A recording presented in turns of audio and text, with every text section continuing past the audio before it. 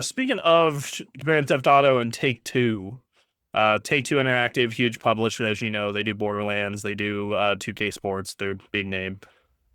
They also happened to have another big news story go live today, which is their CEO says, quote, AI could increase employment and productivity as long as IP isn't infringed. He also says, quote, can't think of any new guardrails that need to be implemented for AI use in development. Jesus Christ. I swear he lives in an ivory underneath an ivory rock. I The yeah, so he fact that didn't. he says artificial intelligence is an oxymoron, there's no such thing, just proves how much he does not understand what AI and its effect. Well, like, I think that, like, he's somewhat right. And I'll get into that, you know, I'll get into that more in a sec. It technically doesn't learn, there are convenient ways, and it's a convenient way to explain things, which, okay, I get. But, like, dude, these straight up can take some jobs. Like, for, like, lower level, your senior engineer and programmer, it's not going to take his job. Your mid level, it might eventually take his. Your low level, he's done. Same thing with artists, same thing with a lot of stuff. I do agree with him in this sense. The bottom line is these are digital tools, and we've used digital tools forever. I have no doubt that what is considered AI today will help make our business more efficient and help us do better work, but it won't reduce employment. I don't know. Like, Reducement of employment, though, just that one is where I'm like, I, no, it's I, going to, because like you said, the lower end is going to be largely affected by it. If we yeah, don't look at how Activision has also blatantly used AI. Um, if you're not going to, you're either going to replace people to do AI work, or people are going to be mad about it and quit, like the voice actors from the new Call of Duty. well, yeah, they were part of that SAG-AFTRA strike, as I found out this past week. Which, the Oh, the concern, which that strike's been going on for a year, and there's this big concern in the video game industry and in a bunch of different industries. AI is going to take jobs. It's going to take lower level jobs. It's going to make it so some actors work forever, even when they're dead. And that last one's horrifying, and then the other ones are, yeah, it's a legitimate concern because, like, oh, you want to work for insert big company here, Blizzard, Activision, Take-Two, Rockstar, whoever, and you're like getting your feet in the door, they're gonna want you because they already got AI doing that. And I think that you also have the environmental concerns because it does burn a shit ton of power. And the main concern of the artists that are working with this is, like, we don't necessarily mind its usage, but we want to get paid for it in the case of the artist. That's where the artists are at. So it's like there have been multiple artists that say, look, we don't want to sign a no AI ever thing. We want to sign, if you're going to use our voice as a model for an AI, we want to get paid. And I think that's totally fair. I think that's absolutely yeah, fair. absolutely. Like, they don't want to get trained for an AI and then get told, whoops a doodle, we don't need to hire you ever again. Um, and this isn't the only CEO saying this. Last year, the EA CEO, Andrew Wilson, said it'd have a transformative impact. He believes generative AI can have on a game and a company and the wider games business over the next 5 years. I've said in the past that it might take 6 months to build an in-game sports stadium, but last year that time shrunk to 6 weeks, and over the coming years, it may be cut to 6 days. Okay, that does work in that one instance, and the reason is because of the fact that those are real places that you can tell them, hey, recreate this real place. But it's not something an artist has to go in and make necessarily. So that's kind of where that one falls apart.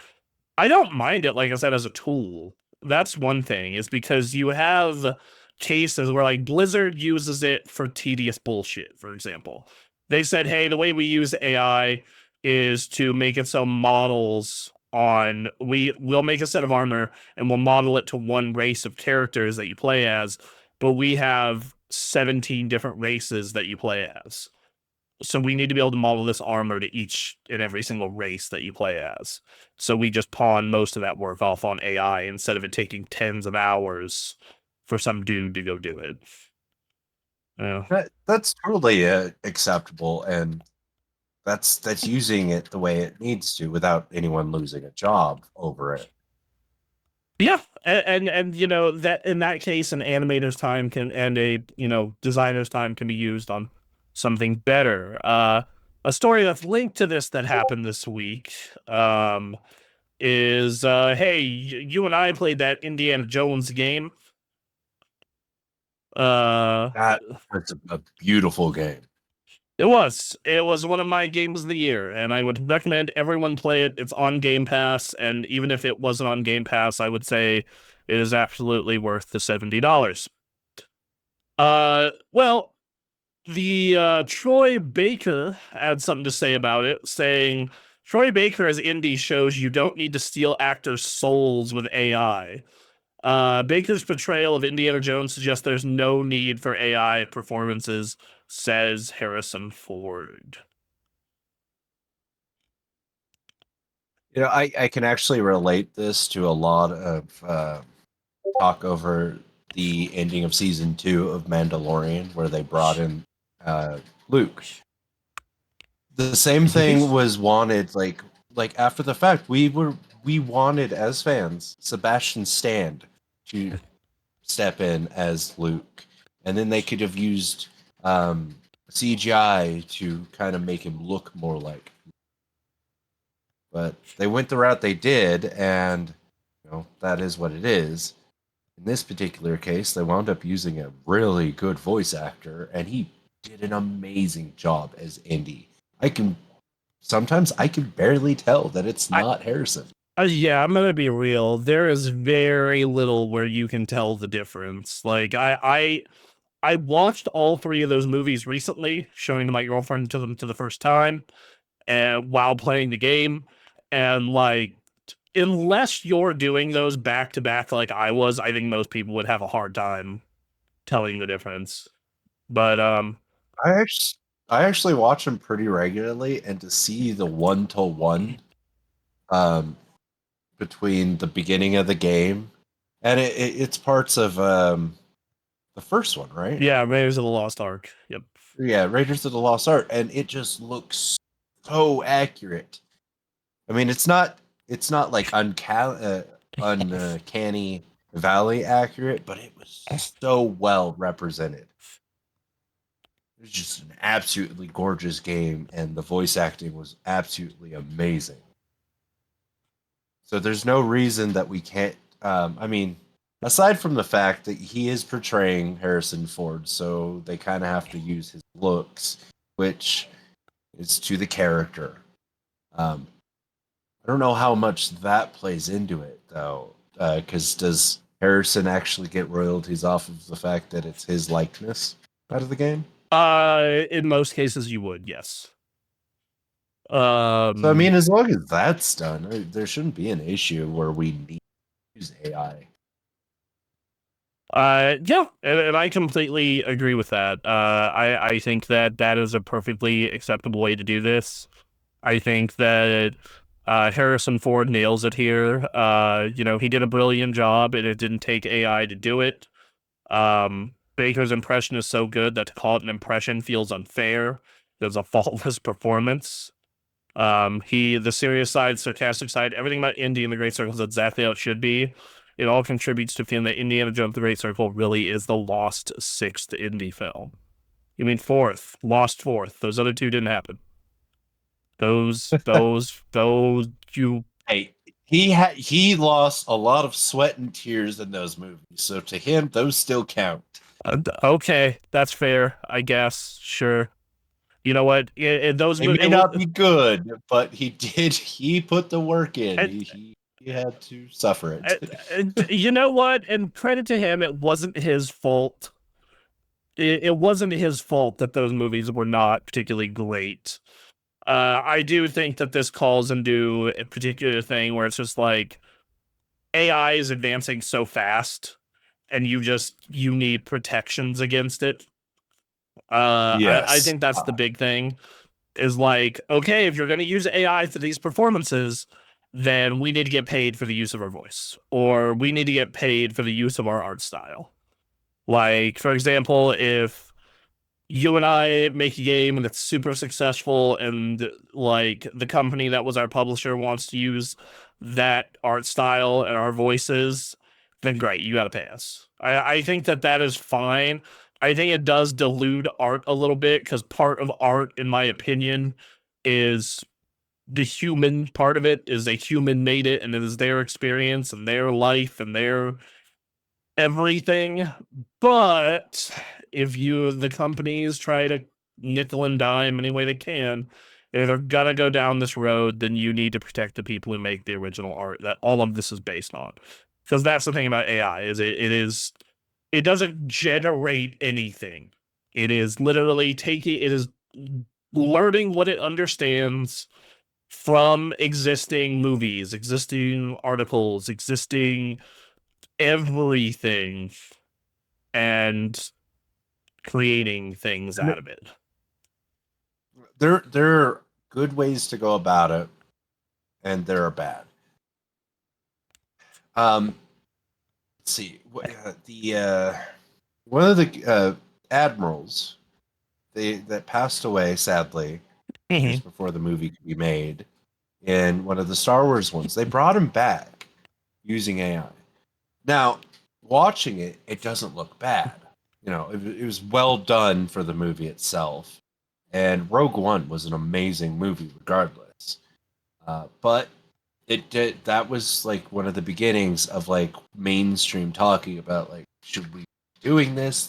Should be right. Did his family get compensated for bringing him back? And I've heard. Oh, sorry, go ahead. Go ahead. I was just gonna say, is like I've heard like conflicting stories. I've read articles where yeah, it did seem like she knew that they were doing that. She said it was okay, or I've also heard articles like he didn't want that happening. It's a very complicated system that it has to be walked a certain way. Has to be there has to be regulations to protect people. Yes, and I think if it is a deceased actor in particular, that person's family or their estate or whoever they set it up, it should have to go by whatever they put forth. So like, if I was an actor in that situation, I would say, yeah, you pay my full salary to my family if you're going to use an AI to recreate me. You know, like that's what I would put in place. I think one of the biggest issues that people see with AI is like it's moving so fast it's hard to put regulations in place, especially because we have dinosaurs as most of our lawmakers. So yeah, like that's kind Walking of bags of dust. sorry, what? I said walking bags of dust. Yes. But yeah, so all I'm saying, people, is as we always do on the show, vote with your dollar. Make sure that you are spending ethically, and if you know a game used AI in kind of a shady or sketch way, don't spend money there. Don't do that. Spend it elsewhere. There's literally hundreds of great video games that come out every year. That's what I would say. Like that's our big lesson of the day, I guess. It does make me regret buying Call of Duty, even though I loved it so much at the beginning. And I Yeah, still just don't go back to it very often. I am glad I played it on Game Pass. Like, if I paid $70 for it, I would have been kind of like, it's okay, whatever. But as far as a game that I got for as part of a subscription of a million other games, it was fine. So yeah. Anyway, moving forward, we got another news story here, which is Very hey, disappointing.